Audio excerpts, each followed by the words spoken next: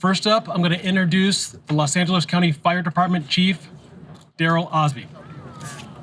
Hello, my name is Daryl Osby, Fire Chief of the Los Angeles County Fire Department, and also I hold several other responsibilities as the Fire Chief. One of them is being the Region 1 Coordinator in the state of California.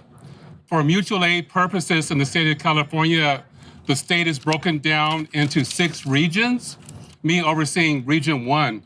In Region 1, I coordinate the mutual aid responses for Los Angeles County, Orange County, Ventura County, Santa Barbara County, and San Luis Obispo County. As you well know, the fire department is an all-risk organization. We're here today to talk about our relationships and our agreements and response. But the focal point today is to talk about wildland firefighting and our commitment. And like I said, you'll hear from other speakers today that will represent local government, state government, and federal government. And it's probably known throughout the world that in the state of California, we have one of the best mutual aid agreements in the world. In addition to talking about our projections and our agreements, our responses, we gave a quick overview of this year's projected wildland fire season. This is my 11th year as the fire chief, and so 9 out of the 11 years I feel like a scratched record. I've said the same thing. This year is going to be hotter, and it's going to be drier. This is the continuing drought that we're in. As you can probably remember from our rainfall that we got this year, we got a lot of rainfall the latter part of December, but primarily January and February. And since then, the spigot's been cut off. And so we're in a drought condition here in Southern California. And like I said, we're expecting a hotter, drier summer this year, leading into the fall when we have our wind-driven fires here in Southern California. Before I go too much further, I would like to take this opportunity to thank all the firefighters, the pilots, the wildland firefighters, and all the team members here in the state of California. Each and every year, we talk about the fire season being year-round. Not only is the fire service getting busier as a whole for our 911 mission, but it's gotten busier as it relates to our wildland fire mission, and our firefighters, through all those challenges, have been able to meet the task. A couple of objectives that I want to focus on to share with you. We have some short-term objectives I would like to share with the media to help us with our education to our citizens. Number 1 is prevention. We want to prevent wildland fires here in our state. Over 90% of wildfires are human caused. So for every fire that's prevented, that will potentially protect lives and property here in California. Second, as it relates to what we're doing, we're looking at the science of fires. We're looking at how fuels impact fires. As you can see, we've been having every year more increased structural losses. So we're looking at ornamental fuels and reevaluating brush clearance and features of construction in our state.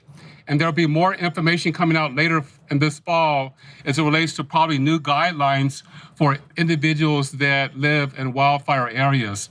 In addition to that, moving forward, in addition to our robust brush inspections that we're going to do this year, we're also going to be planning locally and statewide for additional fuel mitigation projects. Those could be natural projects with goats to mechanical clearing to down the road controlled burns. Lastly, I would like to say here locally, as it relates to wildland firefighting, when we get into the hot, drier months and then wind-driven parts of the year, we're going to augment our firefighting staff to ensure that we hire additional firefighters to put them in the wind-prone areas, in the right areas for a quick response. We have a collaborative this year that we started last year as it relates to additional helicopters with the counties of Orange, Los Angeles County, and Ventura as it relates to bringing a Chinook 47 helicopters and Firehawk helicopter into those respective counties. And then in the County of Los Angeles, in addition to our wildland firefighting and our 10 helicopters, we're going to bring the Super Scoopers back probably early September as it relates to our fall fire season when we start getting our Santa Ana winds. In conclusion, once again, I just want to focus and ask our citizens once again to partner with the fire service, ensure you do good brush inspections, and remember that 90% of all wildland fires are caused by humans. For additional information from the County of Los Angeles, you can visit any local fire station, or you can visit our website at fire.lacounty.gov. Next, I would like to bring to the podium the Chief of the Fire Branch of the OES, State of California, Chief Brian Marshall, to talk about mutual aid.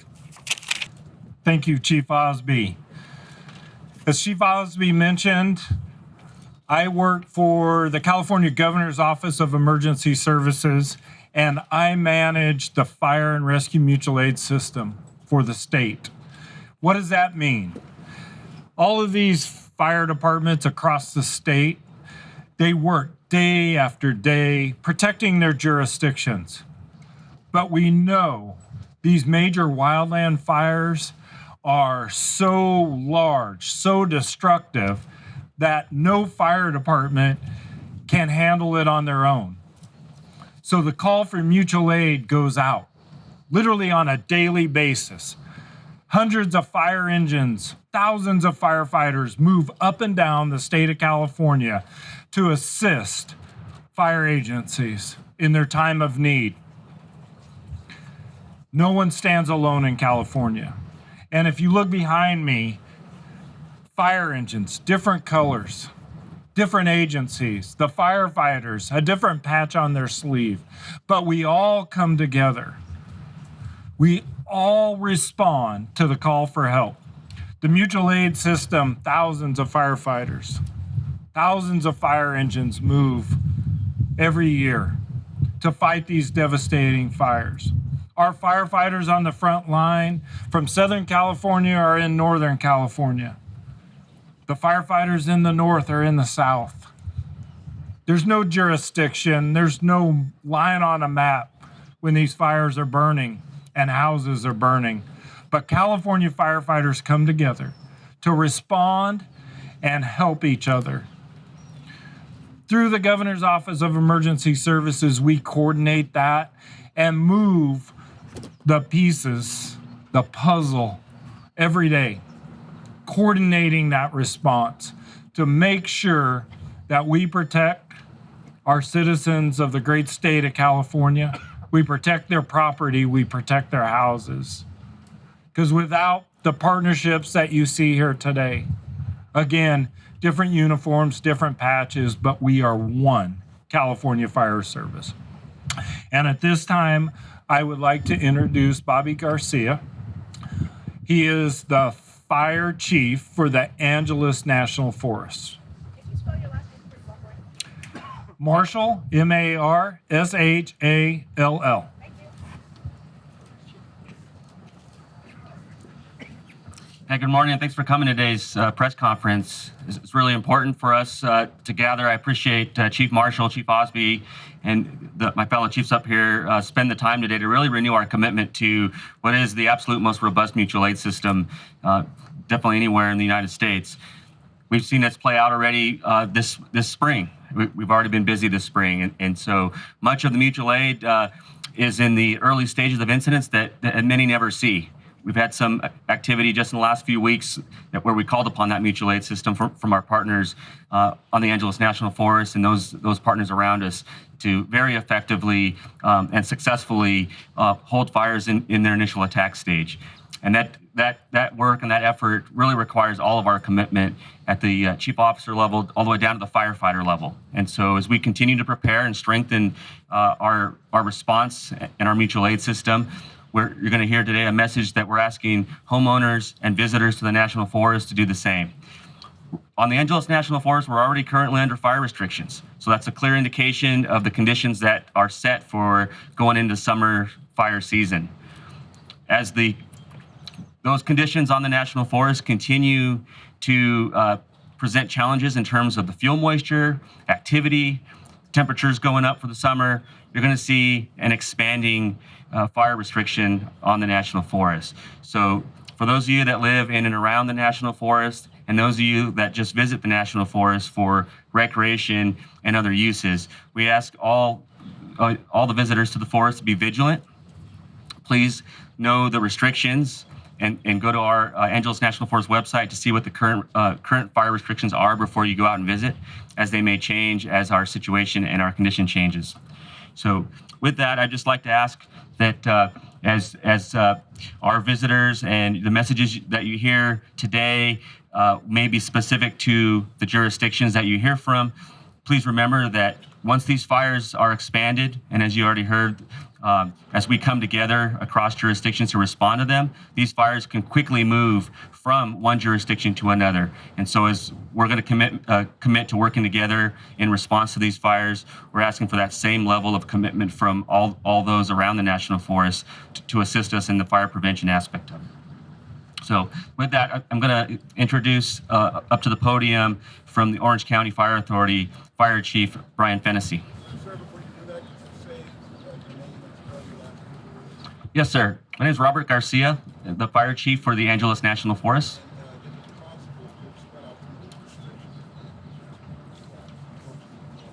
Sure. Once we get through the speakers, we'll have some opportunity for some Q&A to kind of talk about specifics of anything you've heard today.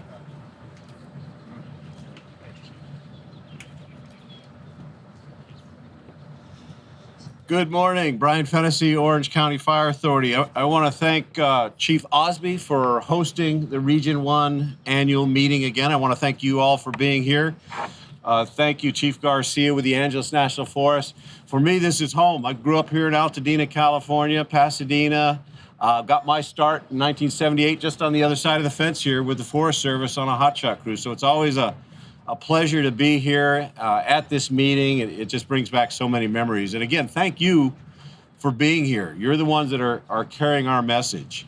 And if you hear nothing else today, know that it's the relationships, whether it be through mutual aid, through the individual agencies, the relationship we have with you that makes the system work.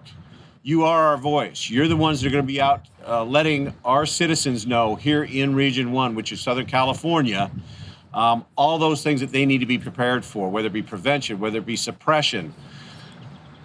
We uniquely, ourselves, Orange County, LA County, Kern County, Ventura County, Santa Barbara County, we're known as contract counties. The state of California, CAL FIRE, provides us significant funding to protect hundreds of thousands of acres of state responsibility area within our counties. Our relationship with CAL FIRE, with the Forest Service, with each other is strong. It's why the system works. Quick example, in our off season, of course you all know now we don't have an off season. We have a year-round fire season. We get help, we share help year-round. Orange County had 4 significant fires over what traditionally would be our winter time. Getting resources was extremely easy through the normal system that we use.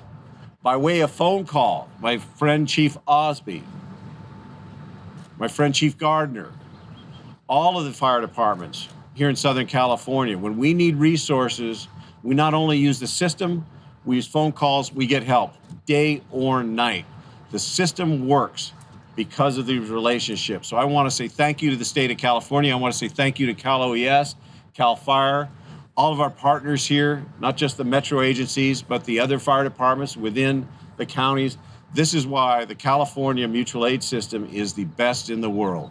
So again, if you hear nothing else today, know that the system is strong, it's working, and it's a matter of the strong relationships that we have with each other. So thanks again for being here. Now I'd like to introduce Captain Scott with the Los Angeles Fire Department. Captain.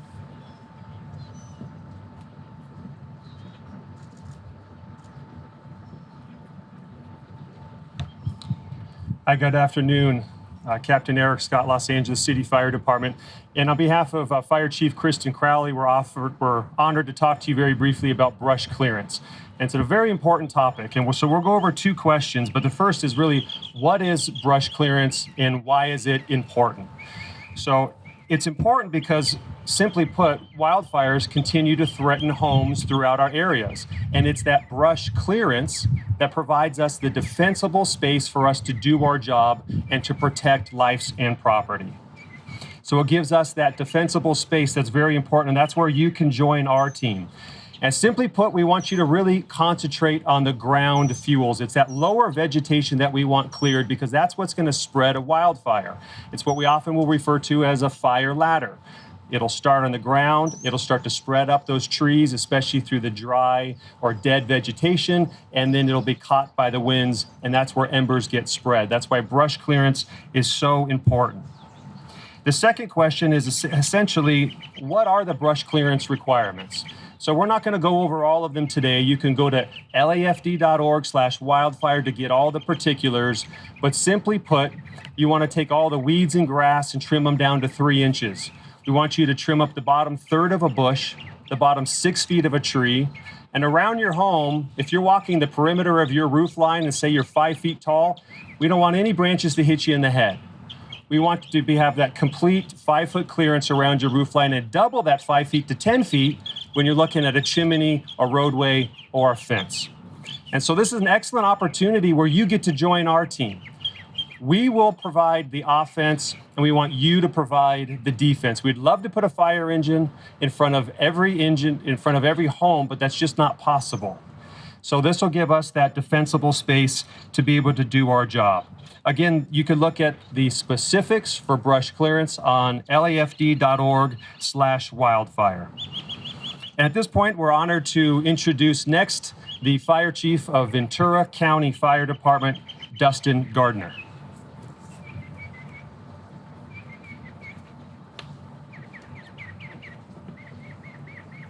All righty, good morning, everybody. Dustin Gardner, Fire Chief, Ventura County. It's my pleasure to be up here this morning to round this out and finish it for the day. You've heard from the other fire chiefs and Captain Scott, your Southern California fire agencies, your California fire agencies, they're committed. They're committed to providing that offense Captain Scott just talked about. They're committed to being there for the citizens that live in California and visit California. We are dedicated to that cause. We are also asking for your help in preparing your homes, in preparing the brush clearance Captain Scott just talked about, and getting ready for wildfires, because we know we're at historic droughts. We're already 4 months ahead of where we should be, which is far ahead of where historically we're at. So we know the drought is here. We know the fuels are flammable. We know now with water restrictions, the vegetation around our homes are becoming flammable. So we know the threat is here, and we know the threat is real. So now what I'm going to ask all of our homeowners to do, and everybody visiting our wonderful state of California, is to be prepared. Be prepared for that emergency, whether it's a flood, a fire, an earthquake, a tsunami, it doesn't matter. Be prepared. Take responsibility for the safety of yourself and your families, and have a plan. It's easy to remember. It's get ready, get set, and go. Each of your fire agencies, if you go to their respective web pages, as an example, vcfd.org, and look for a ready, set, go. Look for what you can do to prepare your family and your home and your pets for a safe evacuation from an emergency. So you get ready. You go through the checklist, you prepare, you have your medications, you have your plan, you have your routes, you have your pre-established check-in areas, because it's not going to happen when you want it to. It's like when your water heater goes out. It's never when you're planning. It's when you're not planning. It's when you're at the grocery store and your 13-year-old's home alone. It's when grandma's visiting from South Dakota and she's never seen a wildfire. It's going to happen when you're not expecting it. So get ready, talk with your family, have a plan, know where you're going, get set, listen to the news media.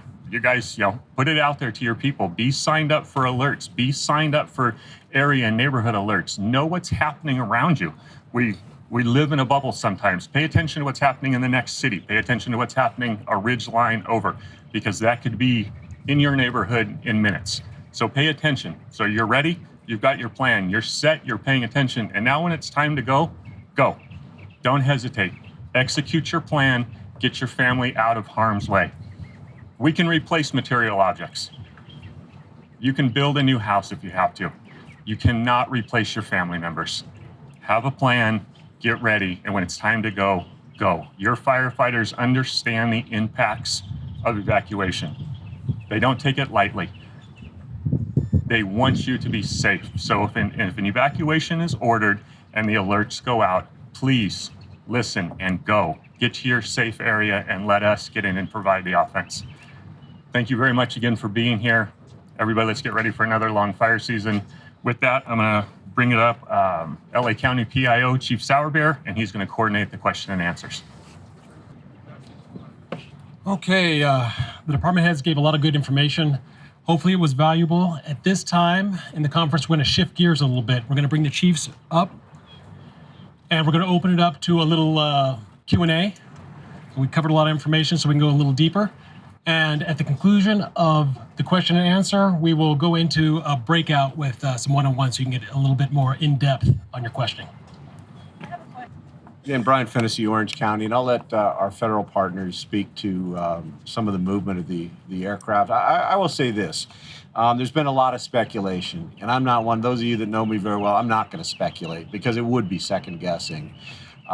There are large fires taking place in the Southwest. I think New Mexico is still experiencing their largest fire. There are significant resources throughout the West. Yes, they surged during from this point forward. You got to remember in Orange County, and there's been some second guessing, and we're addressing a lot of that in Orange County. That was a normal day. That was a day that was not a Santa Ana day. That was, the humidity was more than 70%. The temperatures were in the mid 70s. That wind that we experienced was a typical day in Orange County. The big difference is the fuels. There's no fire history in that area, meaning, and we've kept history for better than 100 years.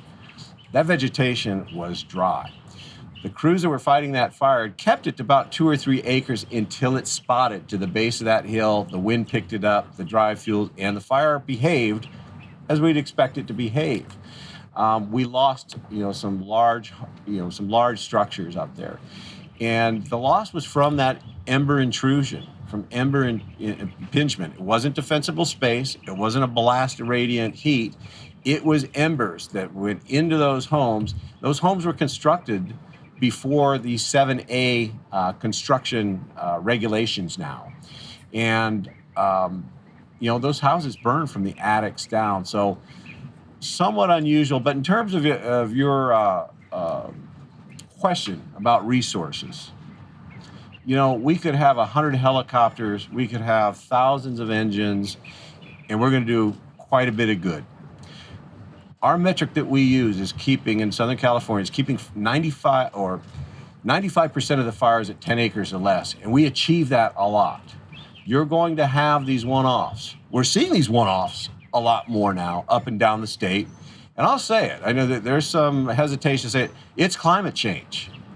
I'm not a scientist, but I've been doing this 40 plus years, and I've never seen fire spread the way it does. I've never seen what we're experiencing today. So we are, and again, I'll have my federal partner, Chief Garcia, speak to the large air tankers. We had everything we asked for in Orange County when we needed it. We had air tankers, we had helicopters, we had hand crews. All of our partners here behind me supported that operation that we consider, from a suppression perspective, successful. Unsuccessful that we lost those structures, but it wasn't because we didn't have resources in place at the time aggressively attacking those fires. We're no longer talking new norm. This is our norm. And the world has changed around. I appreciate your question very much because as you can tell, I've been dying to answer that question. So thank you. CAL FIRE is not here, so again, I don't want to speak on their behalf. I don't know anything about that. I can tell you from Orange County's perspective, we're not looking at buying or purchasing any DC-10s. We are, you heard Chief Osby talking about the 3 large helicopters that we're going to put in service beginning July 1. The Quick Reaction Force, the QRF program, is back. All of our Ventura County, Orange County, and LA County are working through our elected bodies to get those programs approved.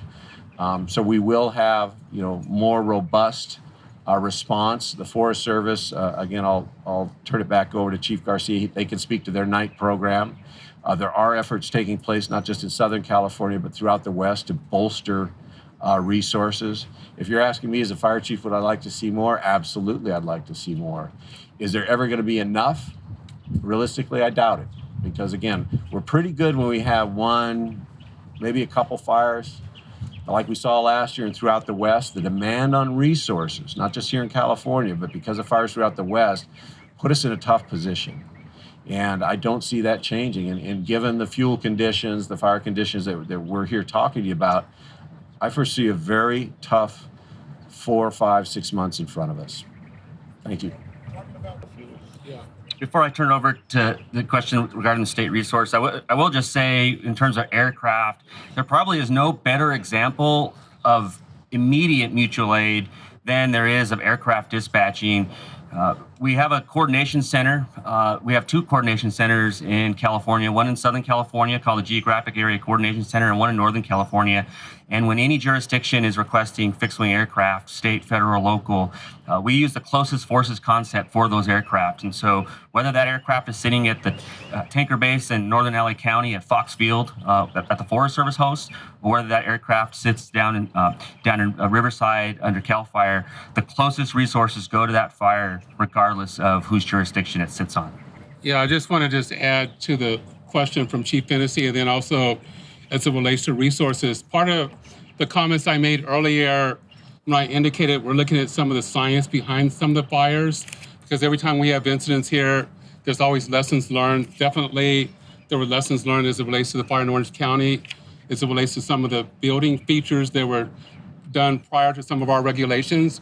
That's why we're re-evaluating building features and ornamental views, which is your landscaping, fencing, decking, our defensible space, to really look at what has worked and what hasn't worked. And like I indicated, a little too early right now, but we need to use the media for more public education this fall. We suspect and expect there should be updated standards as it relates to defensible space and building features for homes, because when we have these incidents, no fire department in this country has enough resources to put a fire engine in every home. That's why we have the state, local, and federal resources here discussing how we can share resources.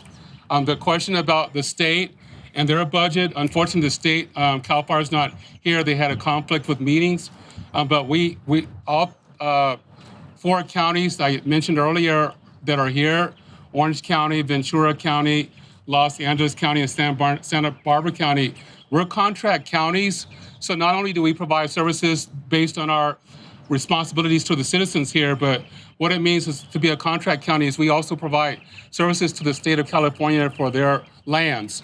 So we have a financial agreement with them. They augment us financially in relation to the resources that we have. Some of the augmentation that they've given us recently is to provide more staffing for our state fire stations that sit on state lands here.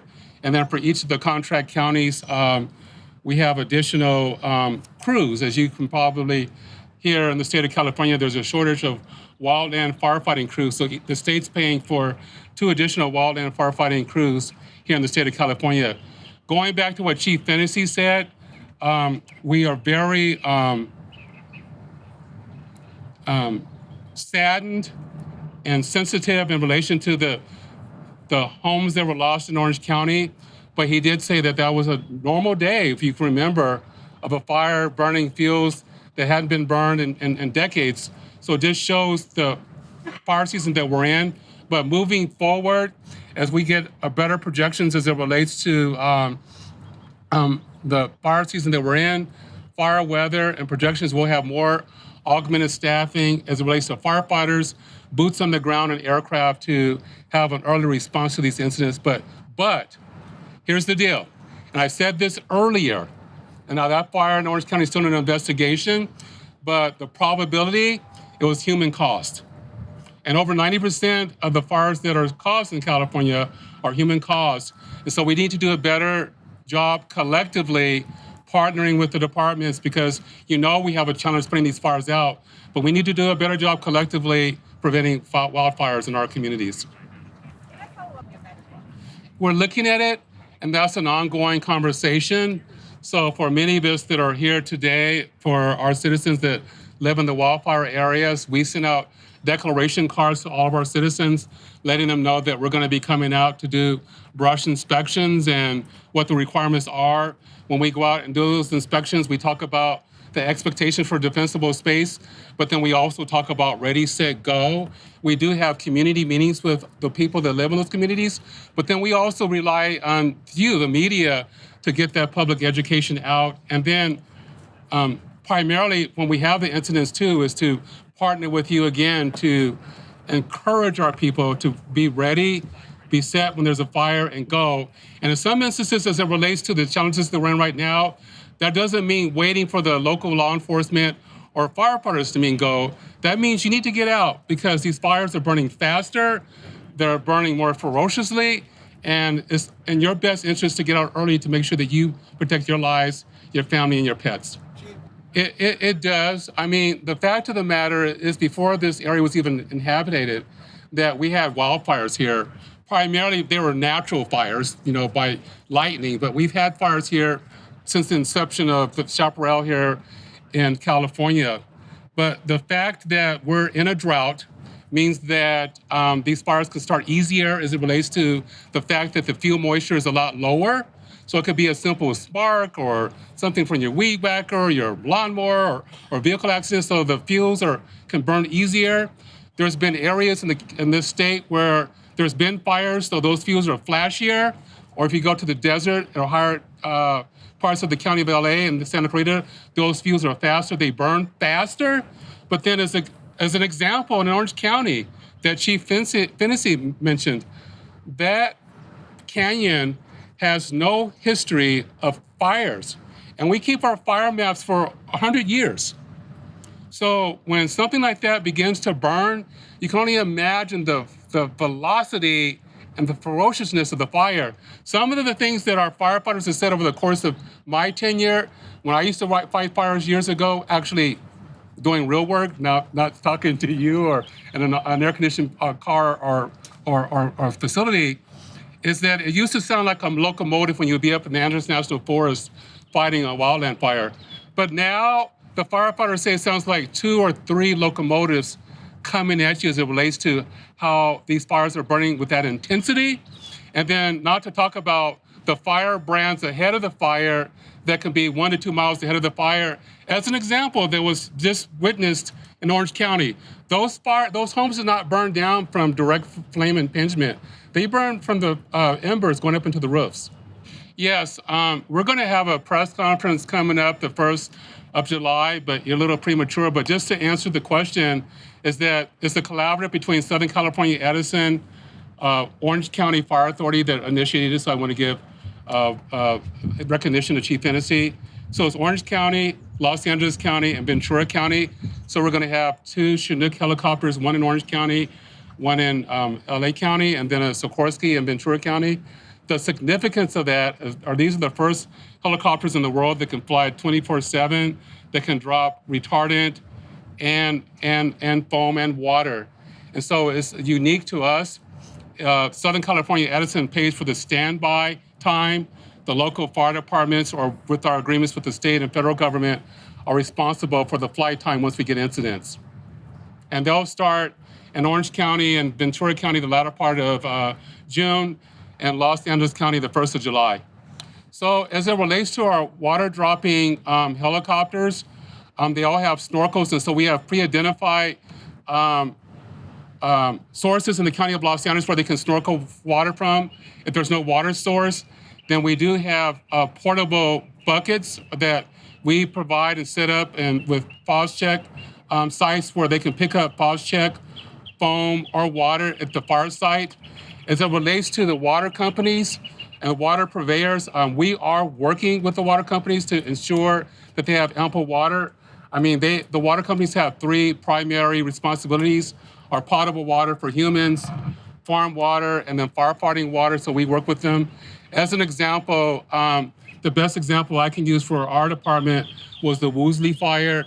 We had California Water on one side, Virginius Water District, another side, and then the other side of the mountain was Public Works. And so there was a lot of collaboration with the water agencies during the fire, because there's a lot of things behind the scenes that you don't see, but there was a lot of collaboration during the fire to ensure how we utilize water use to not use all the water and to protect people's structures, lives, and put the fire out.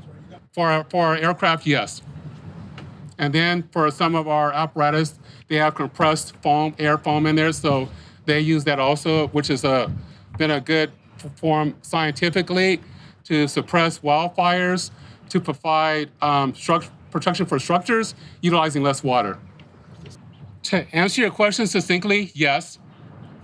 But that's why we have these meetings to talk about what we can do collectively and collaboratively, because not one agency can address this by themselves.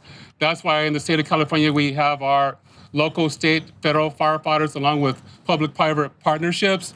And then in addition to that, we collaborate with our water pure agencies to ensure and talk about their water supplies. But more importantly, and that's why I want to re-emphasize again today, we really want to partner with our citizens we talked about defensible space, we talked about evacuations, but more importantly is prevention. I'm going to say this again. Over 90% of fires in the wildland arena are started by humans. The more fires we prevent, the less we have to worry about these challenges. I think only time is going to tell as it relates to climate change. I mean, it's easy for me to say I'm not a scientist because I'm not, but when you think about how long Earth has been here, we've gone from the ice age to where we are today. And I'm not sure what was in existence prior to then. I mean, we had a warmer, more tropical climate. So I think that what we're seeing now is just part of the evolution of what we've been experiencing for millions of years here on Earth.